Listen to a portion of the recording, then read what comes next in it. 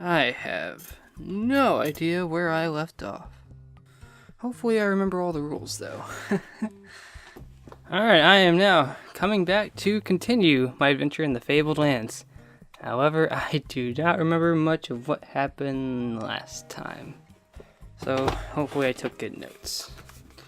Okay, looks like last time I sought out and killed the ghoul in Marlock City, which I was rewarded with resurrections at the Temple in the Gill. Ah yes, given the fact that I have 0 shards means I went back to the Gambor's Den and lost it all. Fun. But I believe the last thing I did before ending that session was... I nearly got myself killed when I went swimming in the ocean and encountered a being known as the Repulsive One, which I had to give up my moonstone to survive. Fun. So I'm back at Marlock City. Well, hopefully I didn't forget all the rules and we can just jump right back into this. So here we go, back to Marlock City. Yeah, let's go ahead and give a recap of this paragraph before I continue on my way. 100. Marlock City is a huge, sprawling metropolis, enclosed in a fortified wall said to have been built 1,000 years ago by the ancient Shadar Empire. It is the capital city of Sakura. Marlock City was once known as Sakar, until General Greaves Marlock led the army in bloody revolt against the old king, Corrin VII, and had him executed. The general renamed the city after himself. It is now a crime to call it Sakar. The general lives in the old king's palace and calls himself the Protector General of all Sakura. Whereas the old king was corrupt, the general rules with a fist of iron. Some people like the new regime. Others are royalists, still loyal to Nurgan, the heir to the throne, who has gone into hiding somewhere. Outside the city gates hang the bodies of many dead people. Labels around their necks read, "Rebels executed by the state for the good of the people." "You'd best behave yourself if you don't want to end up like one of them," grates a guardsman, nodding towards the swinging corpses, as you pass through the great eagle-headed gates of Marlock City. Okay, so that's where I left off, but we were in the process of leaving the city, so... Which way did I go? I think I was going towards Shadar Tor. I think that is the stone itself, where the beach is. So let's head southeast, back towards Shadar Tor, 166. You are on the road between Marlock City and the Shadar Tor. Along most of the length of the road, a thin silver of shantytown has grown up. Tents and lean toes line the way. You find out that the people living here are refugees from Trefoille. The city was burnt to the ground during the recent civil war, in which the old king was overthrown. Roll a die. Okay, let's try the green one. It just says to roll 1. Ooh, I got a 3. Score 3, nothing happens. I'm pretty sure nothing happened last time as well. Some options are to go back to Marlock City or to head to the Shadar Tor. So, yeah, let's head to Shadar Tor. Now, the reason I'm doing this instead of going to Trefoille is because there was one other option. So I wanted to check that out before, heading to Trefoille. 35. You come to the top of a windswept cliff. An ancient pillar of jumbled rocks, pitted and weather-beaten, stands at the cliff's edge like a broken finger pointing to the sky. Seagulls sing their song of desolation in the air. Judging by the runes etched into the rock, the Tor dates back to the time of the Shadar, a race that ruled Harkuna so long ago. They are lost in myth and legend. My options are to examine the ruins, which is what I did last time, go down to the beach, or leave the area. So yes, I wanted to check out the beach. 97. You climb down a narrow trek to the beach. The sea pounds the rocky shore, and the spray lashes your face. A mournful, yet utterly captivating singing suddenly fills your ears. You look out to the sea and spot several mermaids and mermen cavorting in the surf. I hope this isn't a siren's call situation, which will somehow get me killed. Come to us, one of them calls in a lilting voice that fills you with a yearning desire to plunge into the sea and swim out to them. God damn it! Make a sanctity roll with difficulty 10. I'm pretty sure. Let me double check the rules. It's been a while. I have to roll 2 of them, I think. Use abilities. Roll 2 dice. Add your score to the ability. To succeed, you must roll higher than the difficulty. So yes, roll 2. What is my sanctity? Oh, damn it! Sanctity is my worst skill. I am going to die. Great. It's orange and transparent one. 4 and a 6. Oh, so freaking lucky. Okay. 10 on the dice. Plus 1 for my skill. I pass by 1. Gosh. I need a... Should I like get a second camera to prove that I'm not really fudging these dice rules? Because I swear every time I play this game, I get lucky. Unless I'm trying to make money. Then I don't necessarily get lucky. But yeah, I got an 11. I barely passed. So, successful roll. 584. How can I come... Wait, is that me asking or you? Oh, that's me asking. How can I come out to you? I would drown in the sea. Is this what you plan? You ask angrily. Don't you know? Sighs. Oh, it sighs. Let me try that again. Don't you know? Sighs one of them. The kiss of the merfolk gives the power to breathe the waters to one of your kind for a short time. I'm calling bullshit because I already know that I need to read the runes to swim in the sea. Oh, also the following line, the others laugh mischievously. Oh, well, my options are to be kissed by the merfolk or return to the clifftop tour. Okay, I already know A, what's in the water, B, I know how to swim in the water, and C, I just don't trust these merfolk. So I'm going to return to the clifftop tour. So that was the other option, was to still go into the water. Great. Thought something different would have happened. The mermaid's kiss. They say it would help you breathe. So either A, they're telling the truth and they're just going to lead you towards the creature, or B, they're lying and they're just going to eat you, or the kiss is deadly somehow. I don't know. But that's all I can do here. So, yeah, let's go ahead and take the road to Trefoille. 602. You are traveling the road between the Shadar Tor and Trefoille. You pass a convoy of masons, carpenters, and builders heading to Trefoille with an escort of Sakoran soldiers. I can either head to Trefoille or head to Shadar Tor. Okay, so it's just a flavored text stop. 250. The city of Trefoille is a terrifying vision of apocalyptic destruction. It had once been a thriving crossroads town, but now it is a burnt-out husk. It was almost razed to the ground when it declared for the king and tried to hold out against the army of Greaves Marlock during the recent civil war. It was sacked by the general's mercenaries. General Marlock is now trying to rebuild it. Craftsmen are hard at work everywhere. If you have the code word amends, which I don't believe I do, and want to visit Olipard, the wizardly, oh, there's a wizard here, turn to this number, 656. Otherwise, there's nothing here but ashes and rubble. Ah. Well, now I need to find the code word amends. Yeah, that's right. Q, Amcha, Animal, Apple, Aspen, Artwork. Okay, so, nothing to do here. Okay, let's pull out the map. There's a new location here. I can take the road back to Shadar Tor. I can take the road to Marlock City. Head into the Crustmoor. Oh, that's the grassland with an area, okay. Take the road north or take the road to Yellowport. I plan on going to the Blessed Springs. So ideally the fastest way would be to head to Yellowport, which was one of the other starting areas I could have gone to. Okay, yeah, I think I'll do that.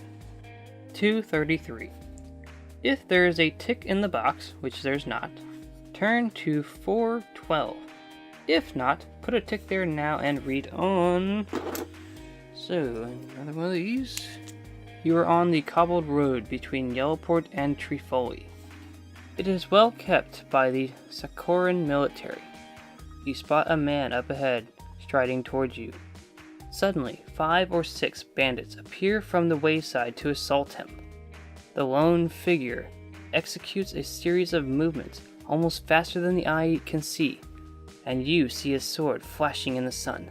Moments later, the bandits are lying dead or dying around him. You stop to compliment him on his swordsmanship. The man, a grizzled veteran of many campaigns, regards you with a steely gray eyes and says, "I have learned much of the arts of war in my time, it is true."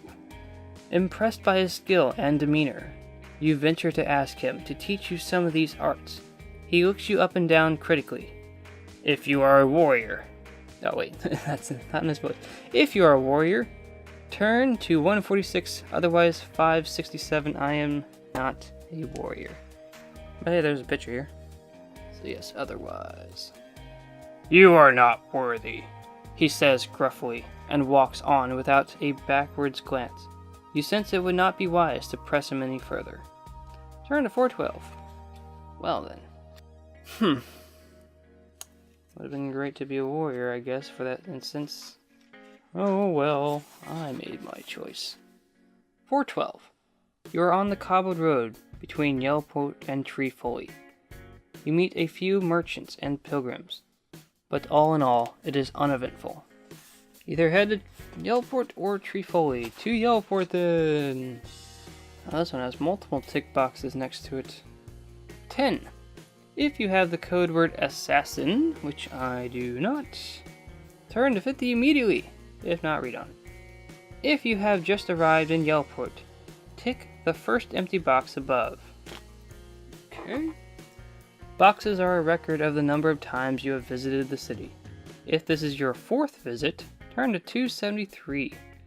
If you have visited the city fewer than or more than 4 times, read on. Okay. Now, I wonder, do I have to do that every time I go back to page 10, or every time I visit, leave the city and come back?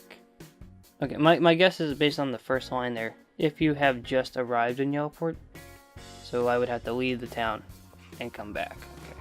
Okay, that's my guess. Correct me if I'm wrong. Yellowport is the 2nd largest city in Sakura. It is mainly a trading town, and is known for its exotic goods from distant Ankonkonu. The Stinking River brings rich deposits of sulfur from the Lake of the Sea Dragon down to the town, where it is extracted and stored in the large waterfront warehouses run by the Merchants Guild. From here, the mineral is exported all over Harkuna. Unfortunately, all the sulfur has its drawbacks. The stink is abominable, and much of the city has a yellowish hue. The river is so full of sulfur that it is virtually useless as a source of food or drinking water. However, the demand for sulfur, especially from the sorcerers' guilds, is great. Politically, much has changed in the past few years. The old and corrupt king of Sakura, Korin VII, has been deposed and executed in a military coup. General Greaves Moloch and the army now control Sakura. The old Council of Yellowport has been indefinitely dissolved, and a provost marshal, Marlos Marlock, the general's brother, appointed as military governor of the town. You can buy a townhouse in Yellowport for 200 shards, same as Moloch City. Owning a house gives you a place to rest and to store equipment. If you buy one, tick the box shown and the options and cross off 200 shards from your venture sheet. I have none. To leave Yellowport by sea, buy or sell ships and cargo, go to the harbor master. If you have the code word artifact, Is artifact spelled with an E? So if you have the code word artifact and the Book of Seven Sages, you can turn to 40. Otherwise, choose from the following options. Those options being, I can seek an audience with the Provost Marshal, which will probably just be the same as visiting the General. I just get kicked out. I can visit the market, the Harbor Master, go to the Merchants Guild, explore a city by day and by night, it's specified. Go to my house, visit the Gold Dust Tavern. I can visit 4 different temples, one for Maka, Elnir, Alvir, and Valmir. I'm pretty sure those are the twin gods of the sea. And Trinia? And then there's Leaving Town, which northeast towards Vinifax, which is the direction I want to go. There's go back to Trefoille. There's Follow the Stinking River north, which would take me to the Sea Dragon, the Lake of the Sea Dragon, that is. I can strike out northwest across country. And no, that's all the options. Okay. Well, I suppose it would. I don't have any money, but I could look around and see what my options are. So I guess we'll just start at the top of the list. 523. If you have the code word assassin, turn to 27 immediately. Apparently that involves killing this guy here in town. If not, but you have the title Protector of Sakura, which I do not, you are sent in to see Provost Marshal immediately. Okay, I don't have that either. Otherwise, you have to wait several hours to be seen by one of the Provost Marshal's aides, a certain Captain Royzer. If you have the code word artery, which I do not, Royer sends you in to see Marlois. If I have the code word. Okay, I do not. Otherwise, you will have to convince the captain it is worth his while to let you see the Provost Marshal. If you are a warrior, rogue, or troubadour, Royzer will let you in for the modest bribe of 5 shards. I am none of those, and I have no shards. There's a lot of requirements to see this guy.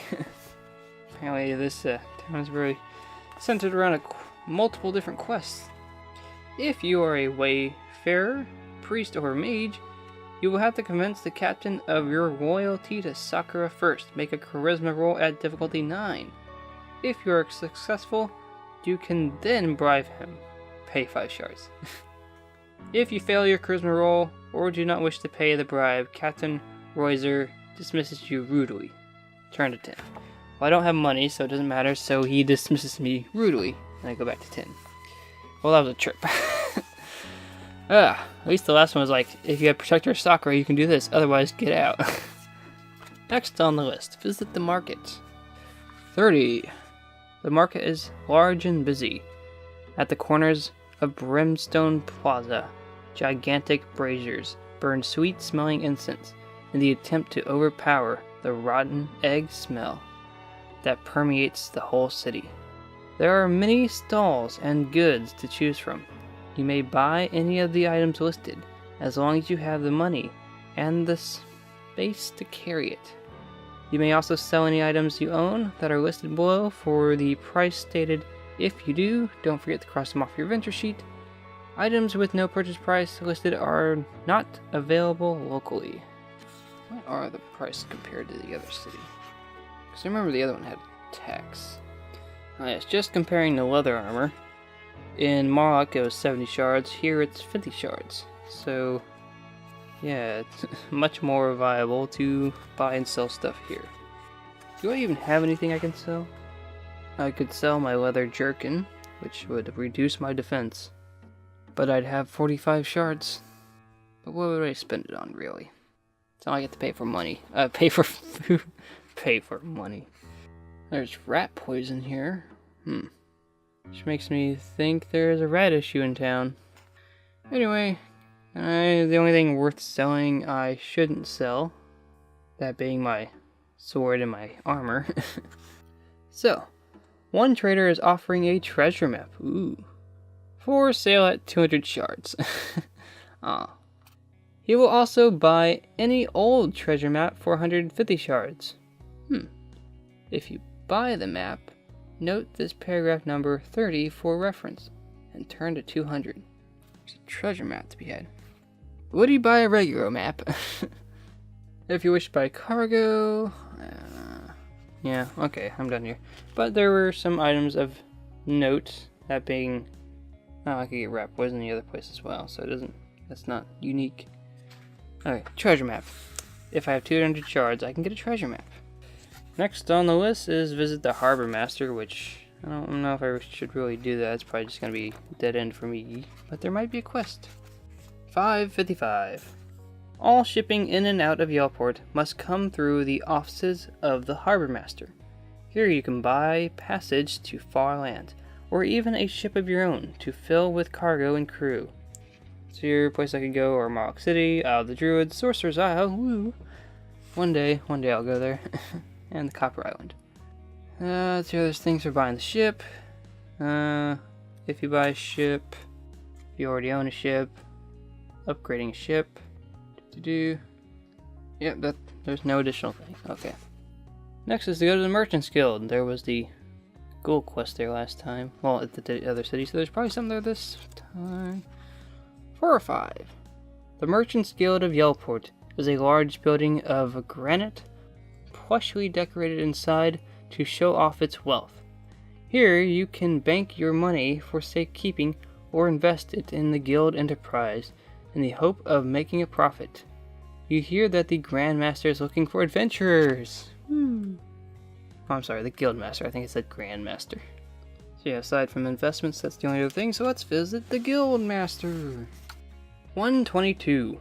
If you have the code word acid, which I do not, turn to 543 immediately. If not, but you have a copper amulet, which I do not, turn to 384. Otherwise, read on. Guildmaster Vernon of Yellport is surprisingly eager to see you. I only just arrived. He is a hugely fat and bejeweled merchant. Okay, so he's just wearing a lot of jewelry. And he tells you that a group of ratmen, hey, that's the cue for the rat poison. Group of ratmen have made a base in the sewers beneath the city. They come out at night to raid the warehouses of homes of the merchants of Yellport. We need an adventurer like yourself to destroy their king, explains the guildmaster. Without him, the ratmen wouldn't be able to organize a feast in a larder. We will pay you 450 shards if you succeed. Vernon tells you that the sewers can be entered via an old, disused well in the poor quarter.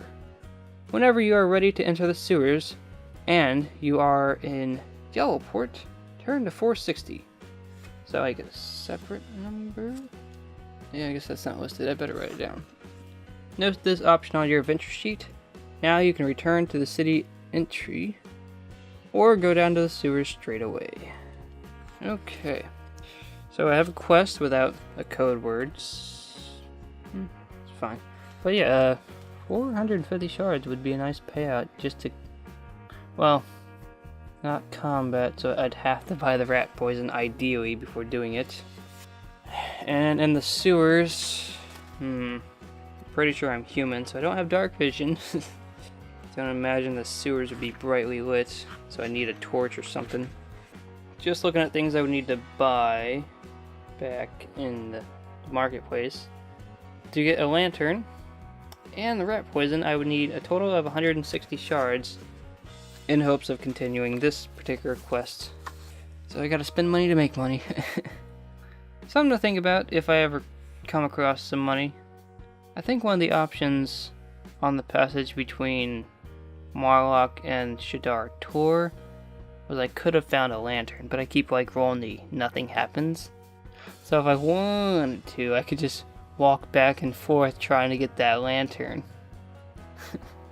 But nah, I won't do that. I'll just I'll try and find some money first. But yeah, I think that's all I'm gonna do for this video. I'm gonna try and like keep them under 30 minutes long if I can. I'm testing. Well, I'm starting to test how long I record and how much I use of each recording. So yeah, I'm gonna try and keep them under 30 minutes. That way they're more friendly on YouTube, I suppose, because you know, the longer the video, the less likely someone's gonna want to watch it. Maybe. I don't know. Let me know what you think. Yeah, because like the last one I posted was over 40 minutes long. But yeah, I'm glad to be doing this again.